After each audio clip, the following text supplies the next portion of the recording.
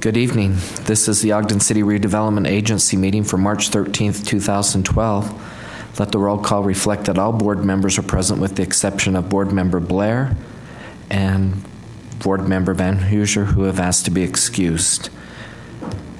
We'll now go to approval of minutes of the joint study session of December 13th, 2011. Councilmember Stevens.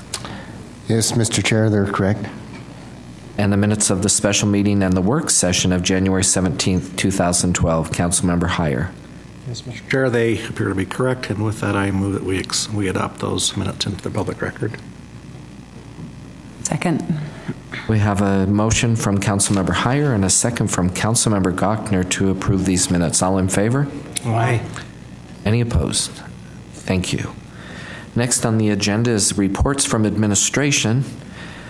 And we'll turn the time over to administration, I think. Tom is presenting, correct? He's got a smile on his face, so I think he's excited. Mr. Christopoulos.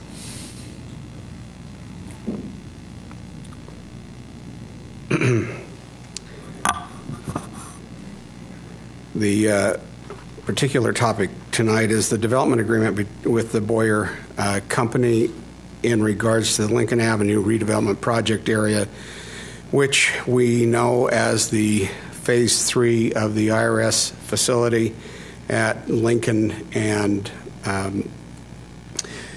24th Street. The Lincoln Avenue redevelopment area was established in 1987, and as we've gone along, this project was developed. I think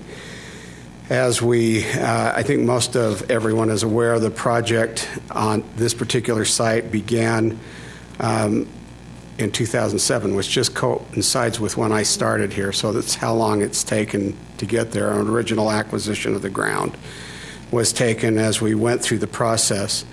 As a refresher, the reason that the city acquires the ground on the behalf of the GSA is because they're not allowed to consolidate properties before they can move forward and make an announcement.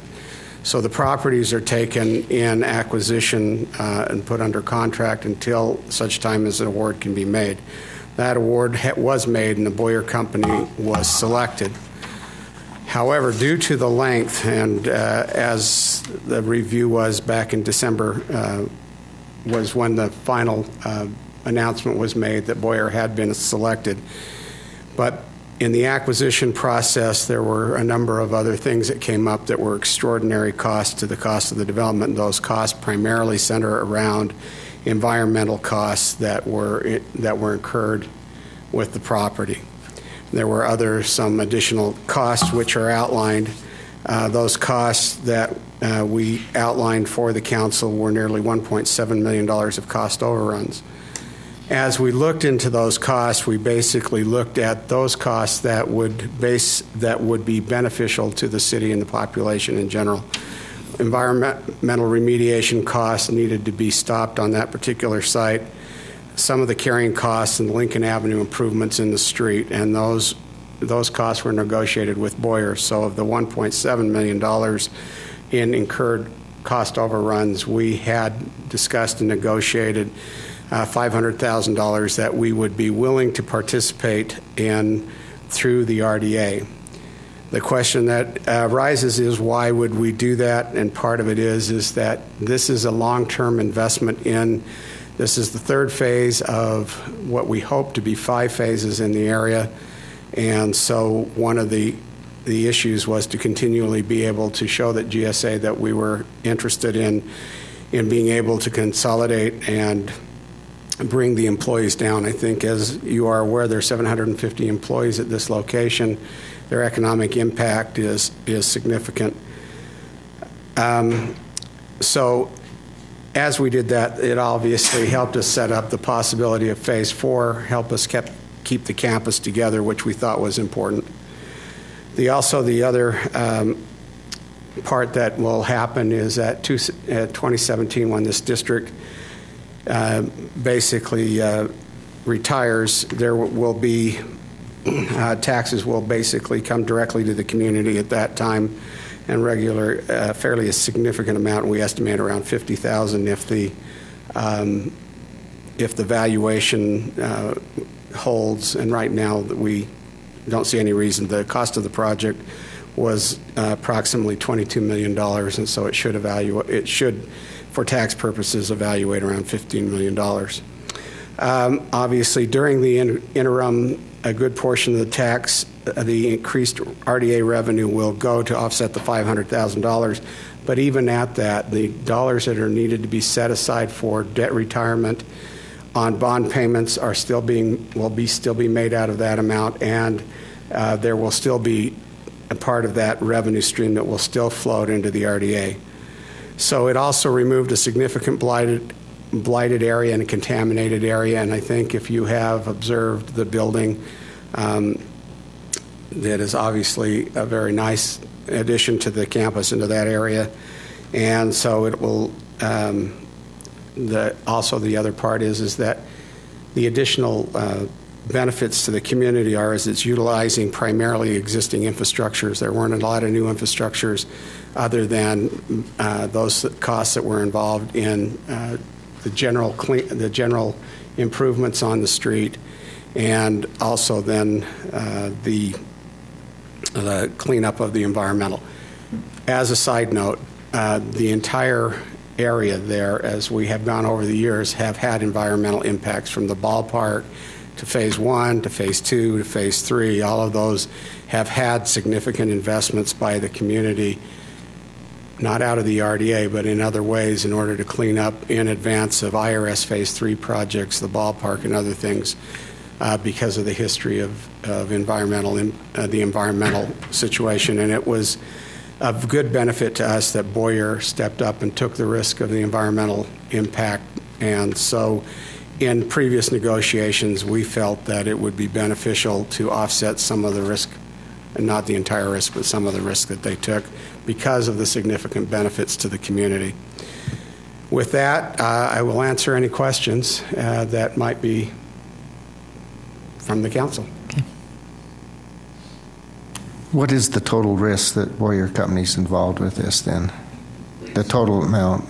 The total amount? Of the total risk. Project amount is $22 million. The increased cost to Boyer was about $1.7 million, above their original anticipated costs. And so those costs are nearly impossible for them to offset. In a GSA lease, the lease is fixed at the time of award, and you can't change it. So any increased costs basically follow to the developer, and they have to take all of those. So in this particular case, they still will have to take $1.2 million of additional costs that were not anticipated. And so in that particular regard, we felt like it was important for them to be to help them get to a certain degree, not to guarantee obviously all of the additional costs, but those that we felt had particular community interest and ones that they stepped up too early to take the risk, which were primarily those environmental costs.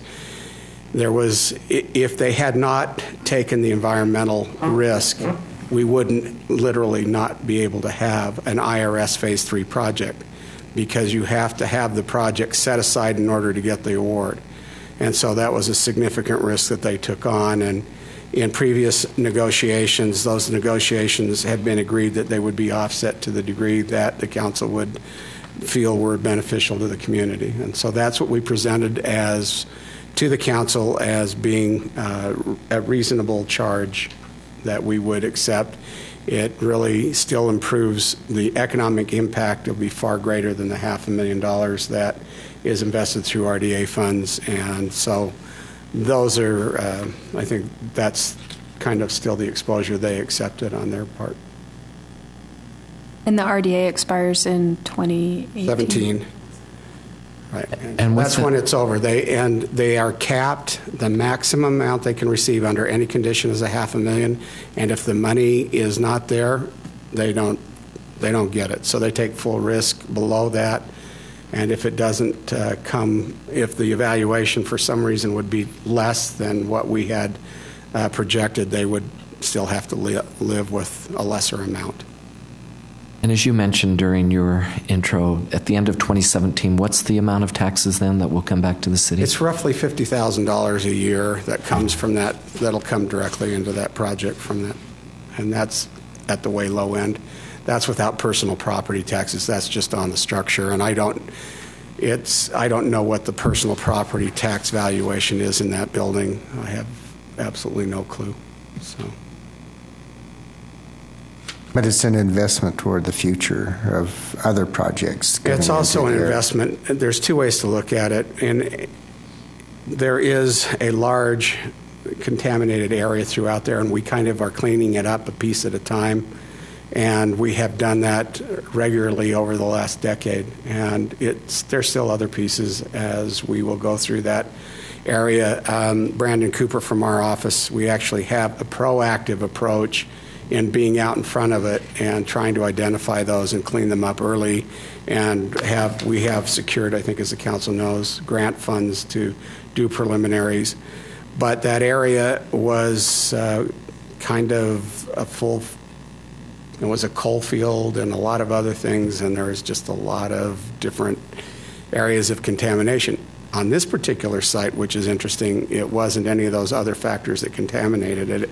It was 2 underground storage tanks that had not been observed and had not been properly taken care of earlier on. So there was a gas station on the corner back historically, which was interesting to find out.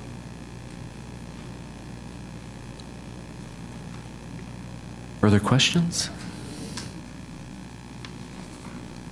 Okay.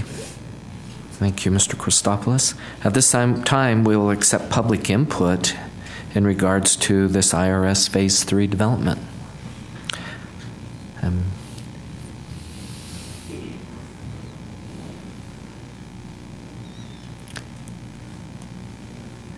Okay. Mr. Chair, seeing no one, I'll close the public hearing. Whoa. Not a public hearing, Public Input. but so you can move. Move forward on the agenda. If there's no further discussion, I would make a motion to approve. I'll second it. We have a motion from Councilmember Gochner and a second from Councilmember Heyer to adopt this resolution. This is a roll call vote. Board Member Gochner, Aye.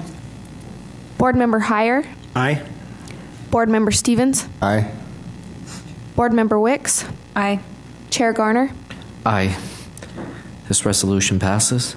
Chair Garner, as for the sake of streamlining our agenda, I would make a motion to move items 5 and 6 ahead of our closed executive session. I'll second it. We have a motion to amend the agenda from Councilmember Gochner and a second from Councilmember Wicks. All in favor? Aye. Aye. Any opposed? Thank you. Then at this time, we will now accept public comments. This is an opportunity to address the council regarding your concerns or ideas. Please limit your comments to 3 minutes. In this form of government, all city personnel are the responsibility of the administration, not of the council. Please discuss any concerns you may have regarding staff with the mayor, chief administrative officer, or department directors.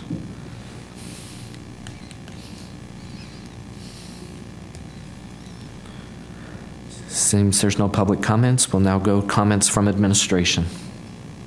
I have none at this time. Comments from council staff Nothing, thank you. and council members.